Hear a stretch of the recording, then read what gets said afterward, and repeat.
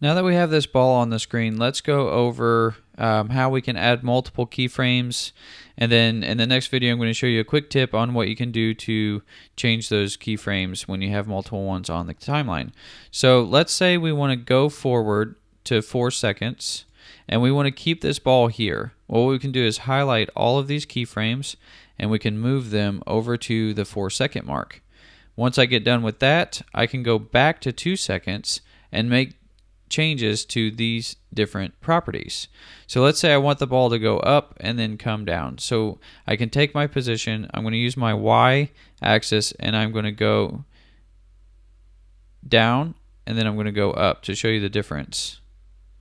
So watch as the curve changes as I'm moving it back and forth.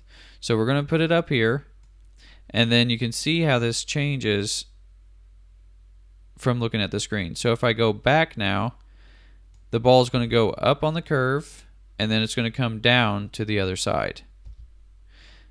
Now what can I do whenever I have these multiple keyframes and I want to move these back and forth?